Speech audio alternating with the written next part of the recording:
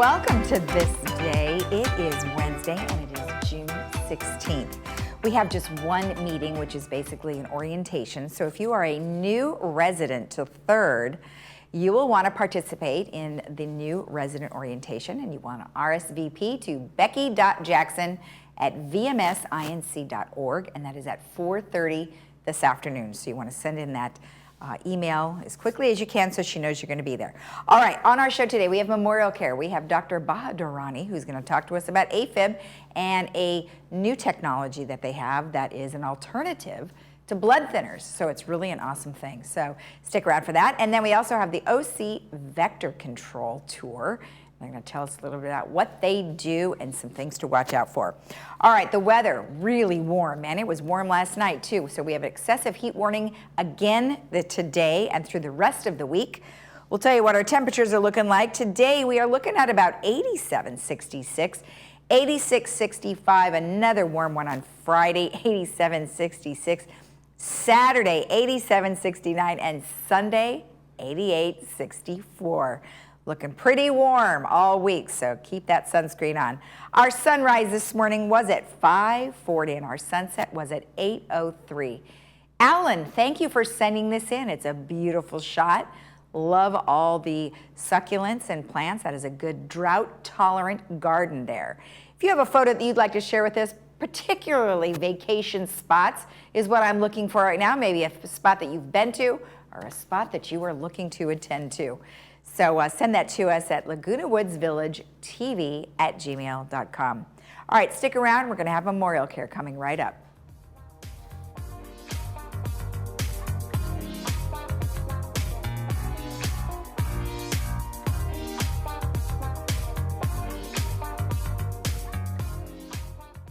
Looking for a change of scenery? You don't have to play golf to enjoy all that 19 Restaurant and Lounge has to offer. From a delicious breakfast menu to our delectable lunch and dinner specials. At 19 Restaurant and Lounge, there is something for everyone. Relax with your friends and family and take in the beautiful view from our spacious patio. Or enjoy a cocktail and appetizer in our lounge. 19 Restaurant and Lounge is a great place to socialize, enjoy a meal, or simply take in the view. Join us 7 days a week and experience Laguna Woods' exclusive dining experience. At Memorial Care Saddleback Medical Center, we are a magnet designated facility, which means that we're in the top 8% of hospitals across the nation that are recognized for high quality patient outcomes and nursing excellence.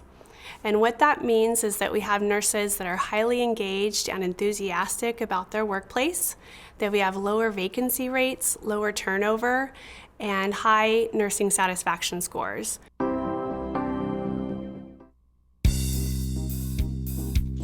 Welcome back. Well, today I am joined by Dr. John Bahadurani, who is here on behalf of Memorial Care, Internal Medicine and Interventional Cardiology. Well, Dr. Bahadurani, thank you so much for joining me today. Thank you for having me. So we talked a little bit off camera, and man, you told me how many surgeries you do in a day, and that just is astonishing, like 10 or more. And I know you said it's not as invasive as regular surgery, but nonetheless, you have to be tired when you go home. Some nights I'm very tired. All right, so today we're talking about AFib and the Watchman Flex.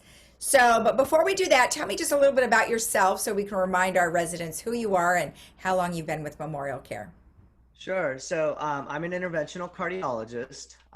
This is a subsection of cardiology. We kind of have been dubbed the plumbers of the heart, which basically means that I've done additional training beyond cardiology to be able to do interventions on the heart. And so I started out in academia at the University of California in San Diego. And then moved into private practice, and I've been here with Memorial Care for approximately 5.5 years. Okay. All right. Great. And being down in San Diego, what did you love it down there? I did. My wife and I, we lived in La Jolla, and it's a beautiful area. I'm originally from Texas, and so it was a tremendous change, and we loved it. But we love Orange County just as equally. Yeah, there's a lot of great places, and you can still visit San Diego. It's not too far away. That's right. So tell me what AFib is and what are the common symptoms of it? Sure. So atrial fibrillation is probably one of the most common arrhythmias that we have. It's estimated that it impacts approximately 6 to 8 million people in this country. Mhm. And what it is it's an arrhythmia that develops from the top chambers of the heart.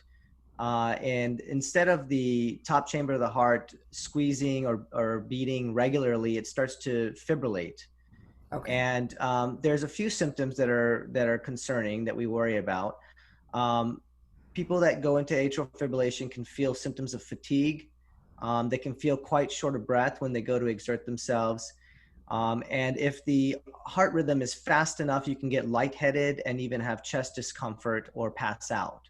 Hmm. Hmm. The most substantial consequence of atrial fibrillation is the risk of stroke. Right. Because as you can imagine, if the top chamber of the heart is no longer squeezing, but instead is fibrillating, blood will basically swirl and become stagnant, and it can form clots. And then those clots can shoot and go to the brain and cause a stroke.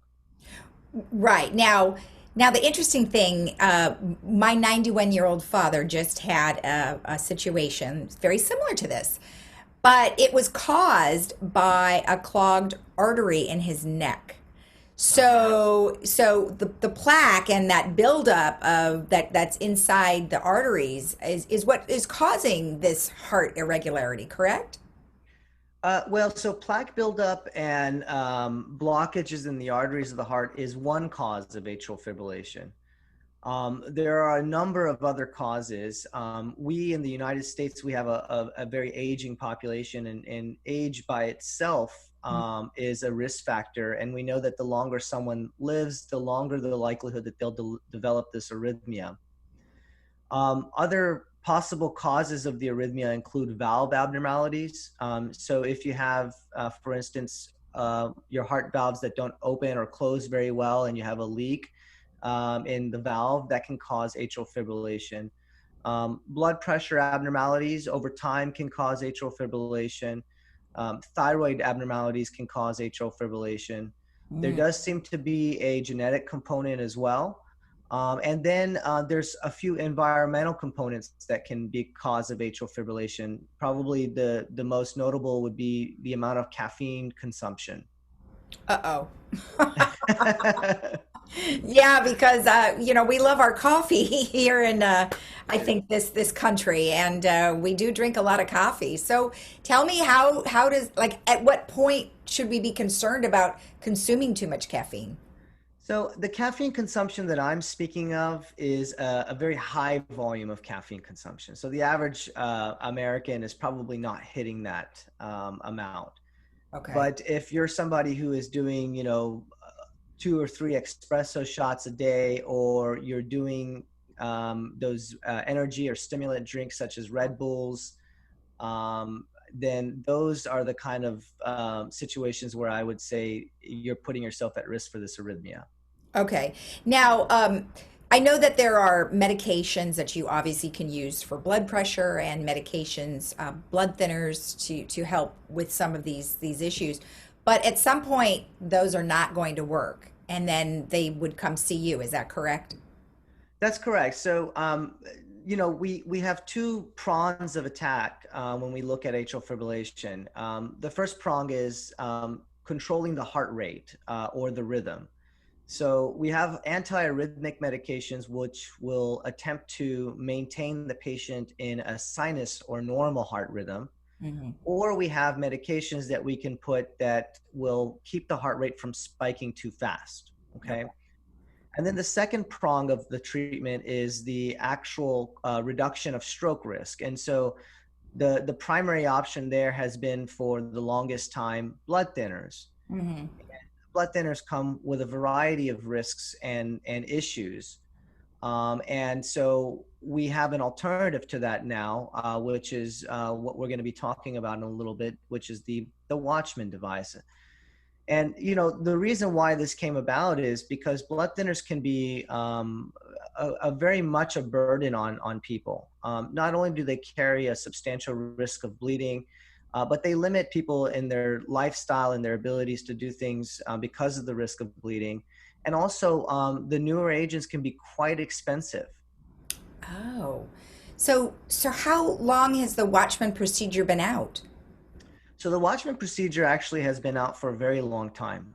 It's approaching past a decade, actually. Wow. Okay. But it's gone through a reiteration, and it has become more, I would say, kind of mainstream, Okay. and it's being more adopted across the country as an alternative.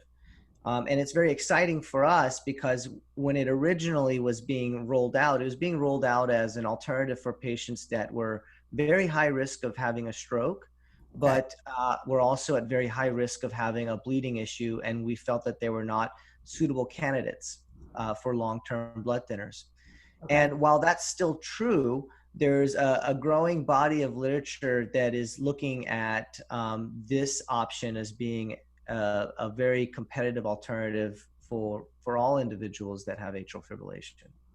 Wow. So then are you saying that once you've evaluated somebody and they're not on blood thinners now, you would use this procedure as opposed to giving them blood thinners? That's correct. I see a future where this device will be an alternative strategy to reducing the risk of stroke in patients with atrial fibrillation, so that Wow. we don't have to be doing blood thinners anymore. Okay, so what if somebody came to you and they were already on blood thinners? Could you take them off blood thinners and do the procedure? Right. So the procedure itself requires you to stay on blood thinners for 45 days after the procedure. Okay. Oh, okay. And the reason for that is that for the first 45 days, we want to make sure that the device is positioned and has adequately been sealed in terms of the results with the appendage closure. Uh-huh. Once we verify that at 45 days, then the patient will be able to come off of blood thinners. And after the blood thinners are removed, they'll continue with a baby aspirin and a medicine called Plavix for 6 months. And Okay. then at the end of 6 months, the Plavix goes away and it's just lifelong baby aspirin. Wow, that's really cool. So tell me, what is the new procedure? I mean, what have they done to it to make it so versatile? Right. So they've changed the device. I wish I had one to show you, but basically it's a metal device that has a mesh, and it looks like a parachute. Okay. The parachute is the mesh part of the device. And if you can imagine the strings of a parachute, then that would be the metal in the device. And they've gone through some reiterations to make the device more rounded. And so it's much more safer when we're deploying it into the appendage. Okay. Okay. When Awesome. you looked at the original studies on the first generation device, we were quoting complication rates of anywhere between 1 to 4% with the procedure. With this new device, the complication rates are much lower, less than 1%. Oh, that's great. That is really nice. Now, what about recovery? Is it easier on somebody now? Very much so. So generally the flow is that you come in, the procedure's done, you stay one night in the hospital and you go home the following day. And we ask that, for the first 24 to 48 hours, you kind of take it easy. Regular activity is fine. And then after about a week, you're back to full normal jogging, exercise, whatever type of activity you were doing beforehand. Wow. And then let me ask you one last thing regarding taking somebody off the blood thinners. So once they've gone through the process that you mentioned, what are the advantages of them not being on a blood thinner? Tremendous. So I can give you different types of scenarios or examples where somebody would benefit. But let's say that you're an active individual who enjoys sailing or enjoys doing physical activity like boxing or football, things like that. You're an individual who might be younger and are playing these contact sports, and blood thinners pose a substantial risk. And so that coming off of that would be a tremendous benefit. Another patient would be maybe an older patient who has had problems with gastrointestinal bleeding. And as a result of that, they can't take the blood thinners. And so you would have this as an alternative to still have the stroke reduction risk, but not have the bleeding risk. Another patient would be maybe someone who has had a stroke and has had bleeding into the brain, which we call as a hemorrhagic stroke. That's another patient that would be, benefiting this procedure. And then finally, one that we don't think about very often is, sometimes these drugs can be up to $400, $500 a month if you fall in the donut hole of your insurance. And so compliance becomes an issue. So if you can't afford the medication, you're not going to take it, and you put yourself at the risk of stroke. And so this is another strategy that you can use to basically mitigate the risk of stroke while also enforcing compliance. Wow, great examples. Thank you so much. And thank you for letting us know about this. I think it's going to be really popular in terms of, maybe having choices. So I think that's awesome. Thank you.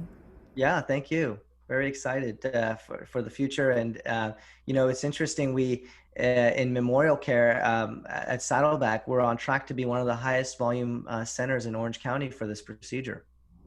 Wow, well, your 10 to 12 surgeries each day is going to keep going. Okay, thank you so much. Thank you very much. And we'll be right back after this.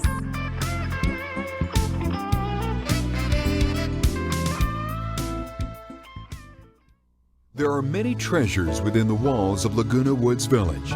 The foundation of Laguna Woods Village is one of them. Nowhere in the nation has a community embraced a commitment to assist its own residents with temporary emergency support. Since 1997, the foundation makes that support available through donations by individuals, clubs, organizations, and bequests.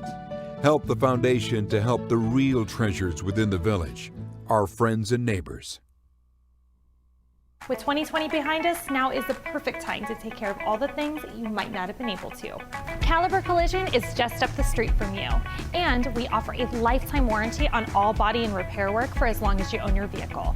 And we offer free pickup and delivery for all our Laguna Woods customers.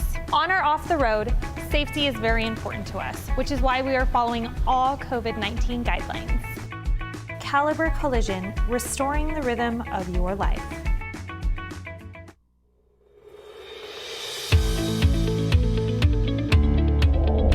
Welcome to the Orange County Mosquito and Vector Control District. The mission of the district is to educate and protect Orange County from vectors and prevent vector-borne diseases in an environmentally responsible manner. The district was first established in 1947 and is governed by a board of trustees comprised of 35 members, one from each city and one member representing the county. Due to COVID, our board meets virtually until further notice, as opposed to in our district's boardroom. Let's break down the different departments within the district to shed light on all the hard work and dedication that goes into vector control. The district's administrative team provides full in-house financial support, including budget preparation, financial planning, payroll, and auditing. The human resources staff coordinates employee events, staff recruitments, hiring, termination, and employee benefits. The district also has a comprehensive IT team that ensures that the agency's IT infrastructure eliminates cyber threats and manages the district's extensive data management system. Let's learn more about some of the other programs at the district. Community engagement is a key component for the district's mission. Staff works with homeowners during service calls to help them become an active participant in mosquito control. The district attends on average over 80 events a year, sometimes with our large inflatable mosquito. We conduct a yearly awareness campaign and have developed 1st, 4th, and 6th grade school education programs. The education program is a vital part of OC Vector services. Children learn about mosquitoes and learn how to take personal responsibility for their properties. The Communications Department also develops city partnerships to create awareness of our control efforts, as well as an extensive notification process for cities and residents.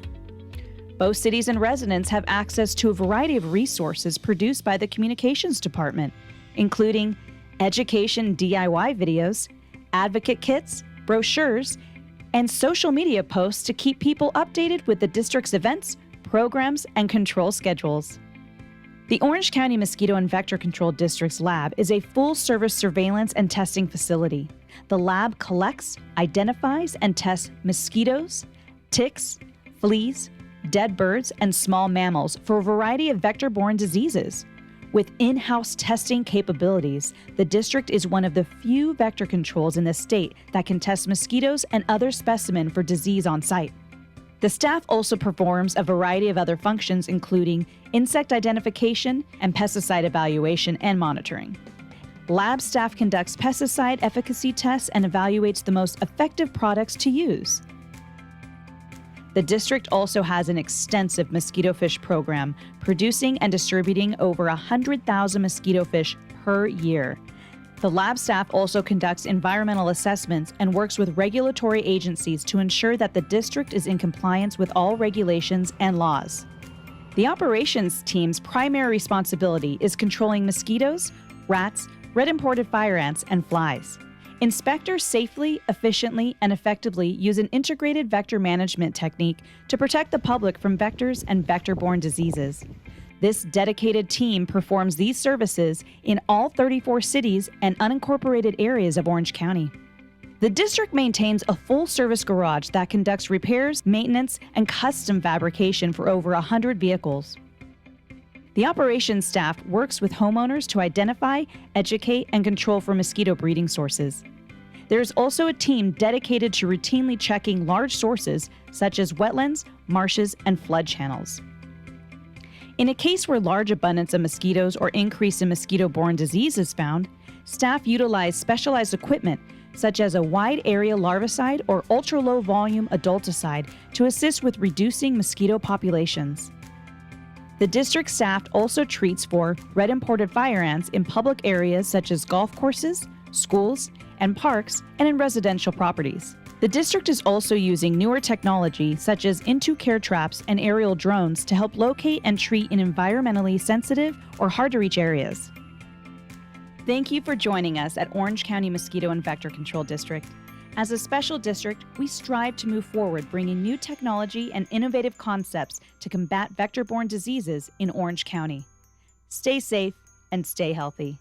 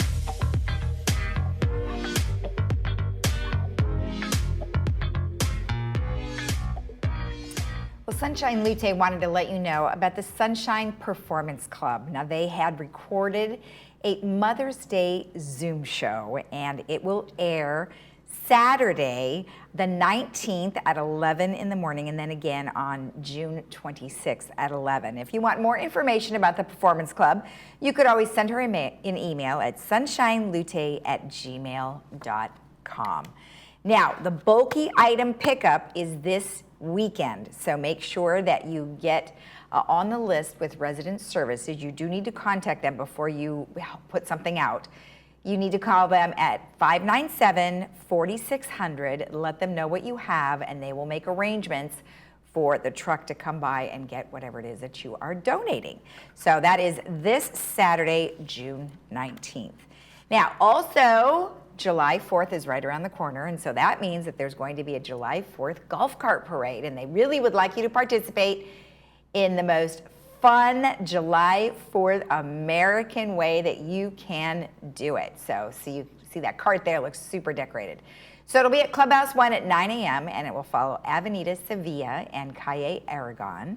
And you do need to register by July 1st, and you need to do it via ActiveNet. So make sure that you get on that list as soon as possible, because they will cut it off July 1st. And I bet they already have tons of participants because everybody is excited and can't wait to get outside.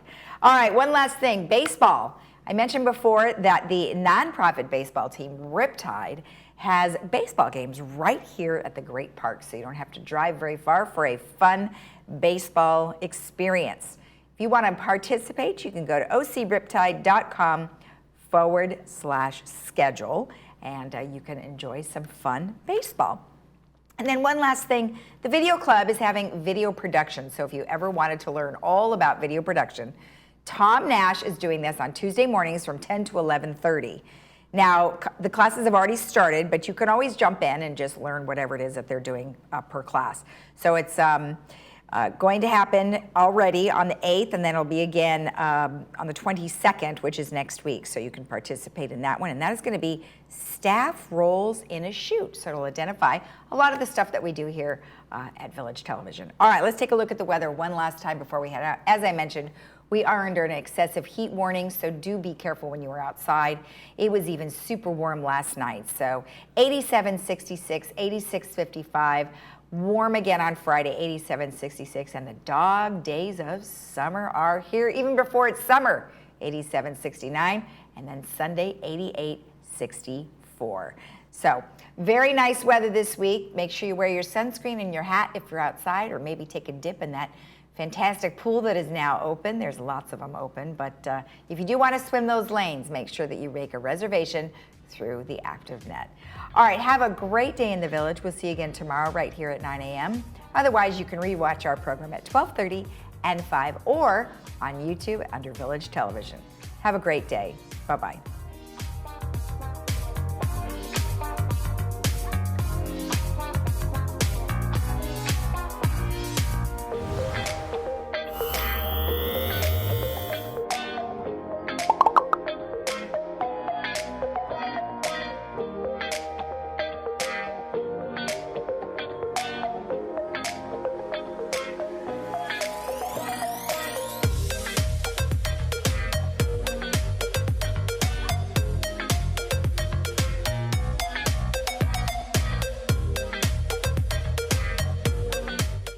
As Orange County's highest-ranked hospital, Hoag is the place to turn to for timely information, reassurance, and care in these uncertain times. Our dedicated physicians, nurses, and staff stand ready to safely deliver world-class care, just as we have for nearly 70 years. This is what we do. We are here for you, and we will overcome this together. To access Hoag for all of your healthcare needs, visit hoag.org/trust. Are your hearing aids not working as well as you'd like? The person who programs your hearing aids is way more important than how much you spent on them. The good news is that we can help. I'm a retired electronics engineer who will precisely reprogram your hearing aids to your unique hearing loss. If that doesn't give you significantly better hearing, I won't charge you a dime. You have nothing to lose and better hearing to gain. So call Hearing Remedy right now and ask for your personal better hearing appointment. At Pro Smiles OC, you get Orange County's best and most experienced dentist. Dr. Ivan Ho is an award-winning cosmetic and implant dentist that has been treating patients in South OC and Laguna Woods for over 30 years. Safety and cleanliness is our #1 priority, and now your routine dental work is more comfortable than ever. We use digital x-rays to minimize radiation and digital scans for crowns and inlays in-house, allowing patients to leave with final restorations in the same appointment. Let Dr. Ho and his team give you a reason to smile. Call Pro Smiles OC today.